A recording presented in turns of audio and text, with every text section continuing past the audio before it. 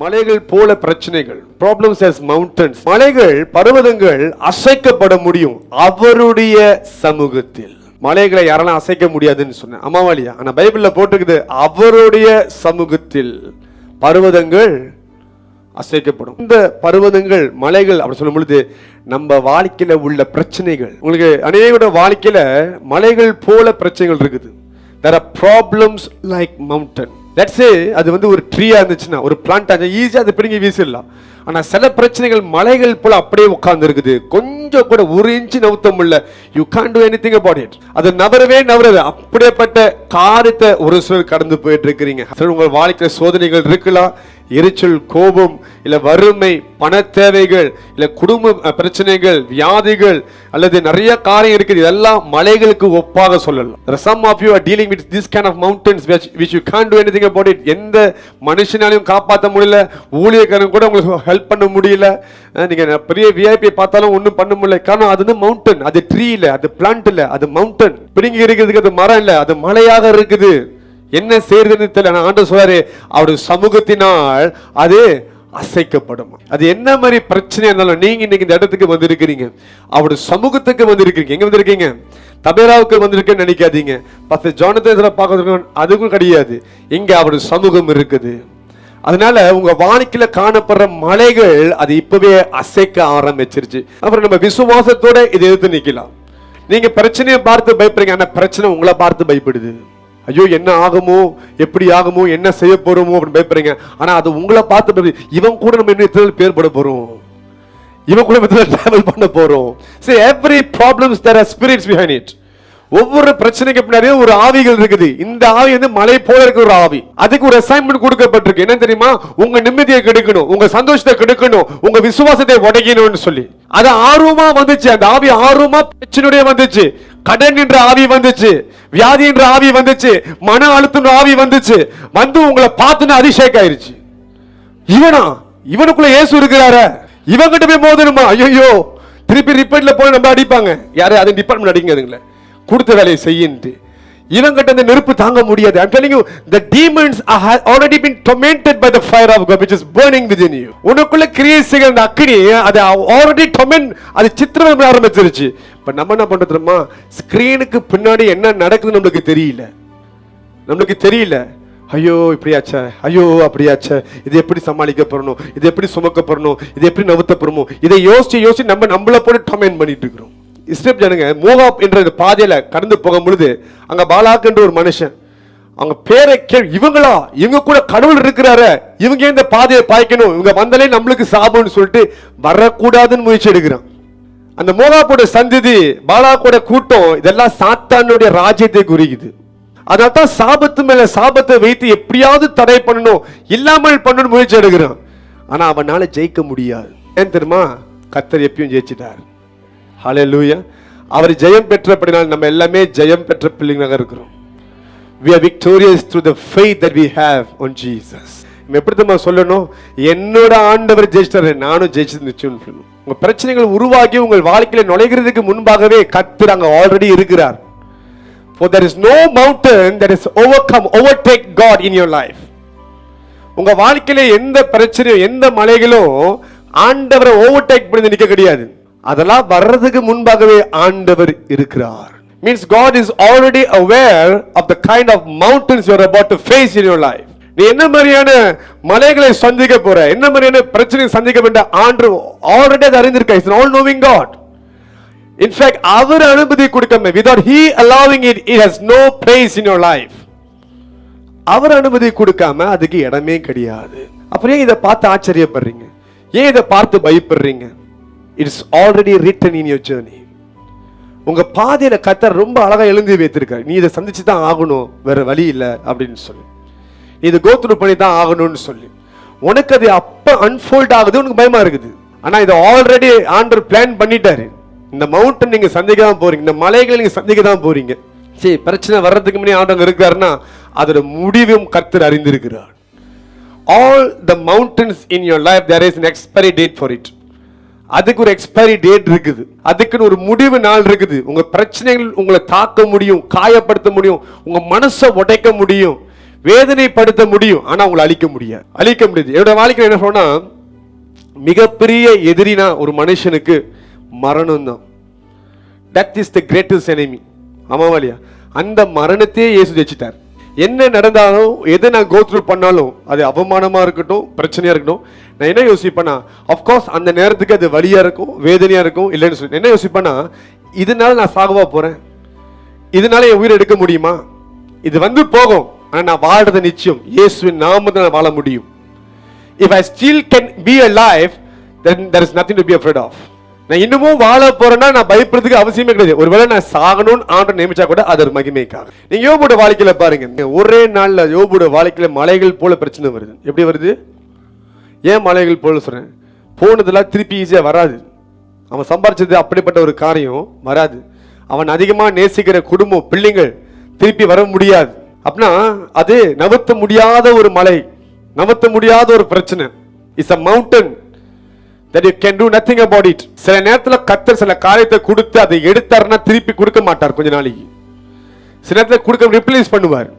ஆனா அந்த ப்ராசஸ் ரொம்ப வலிக்கும். அந்த ப்ராசஸ் ரொம்ப வலிக்கும். நம்ம நினைக்கணும் இப்படி ஒரு காரியம் நடந்துடவே கூடாது, காத்திருக்கும் ஒரு பிரச்சனைக்கு வந்துடவே கூடாது நினைக்கிறோம். அங்கதான் நம்ம ஆல்ரெடி ஐடியா கொடுத்துட்டோம்னு அர்த்தம். அது நடக்கும் பொழுது நம்மளால அதை தாண்டது சாதாரண விஷயம் இல்லை. And God knows it is not easy to restore a person like that in a day. ஒரே நாள்ல அந்த மாதிரி ஆளை வந்து ரிஸ்டோர் பண்ண முடியாது, ரொம்ப கஷ்டம். It could take weeks, months or even years. சில வாரங்கள் பிடிக்கும், மாதங்கள் பிடிக்கும், இல்ல வருஷங்கள் கூட பிடிக்கும். But one thing for sure, God is working on it. ஆண்டவர் அதிலே கிரியைகளை செய்கிறார். எத்தனை நாள் எவ்வளவு தாமதத்தில் பேசினா கர்த்தர் என்னமோ செய்கிறார் என்று அர்த்தம். அப்ப யோபுடைய வாழ்க்கையில் ஆண்டவர் மலை போல பிரச்சனை அனுப்பிடுகிறார். மலை போல பிரச்சனை வருது, ஆனா சாத்தான் ஆண்டவர் வார்ன் பண்றாரு, நீ என்ன வேணாலும் செஞ்சிரு, வியாதி கூட கொண்டு வா, பிரச்சனை இல்லை, ஆனா அவன் ஜீவன் மேல கைய வைக்காத. நீ தொடலா, ஆனா அவன் உயிரை நீ ஒண்ணும் பண்ண கூடாது. ஆண்டவர் விட்டு கொடுக்க மாட்டார். உங்க லைஃபுக்கு கேரண்டி இருக்குது. சாத்தான் தொடுவான், ஆனா அழிக்க முடியாது. சாத்தான் விரல் மேல படும், ஆனா அழிக்க முடியாது. I'm not going to say சாத்தானை தொடவே முடியாதுன்னு. தொடுவான். யோபு தொட்டிருக்கான் இல்லையா? யோபு நீதிமான் தானே, அவனை தொடுவான், இல்லைன்னு சொல்ல. வியாதினால தொடுவான், கடனால தொடுவான், குடும்ப பிரச்சனை தொடுவான், எல்லாத்தையும் செய்வான், இல்லைன்னு சொல்ல. அவனால உன் உயிரை மட்டும் எடுக்க முடியாது. ஆனா உனக்கு இயேசுட அருமை தெரியலன்னா உனக்கு உயிரோட அருமை தெரியாது. என்ன பண்ணுவேன்? அதான் எல்லாம் போச்சே, நான் சூசைட் பண்ண எழுந்து போயிடுவேன்.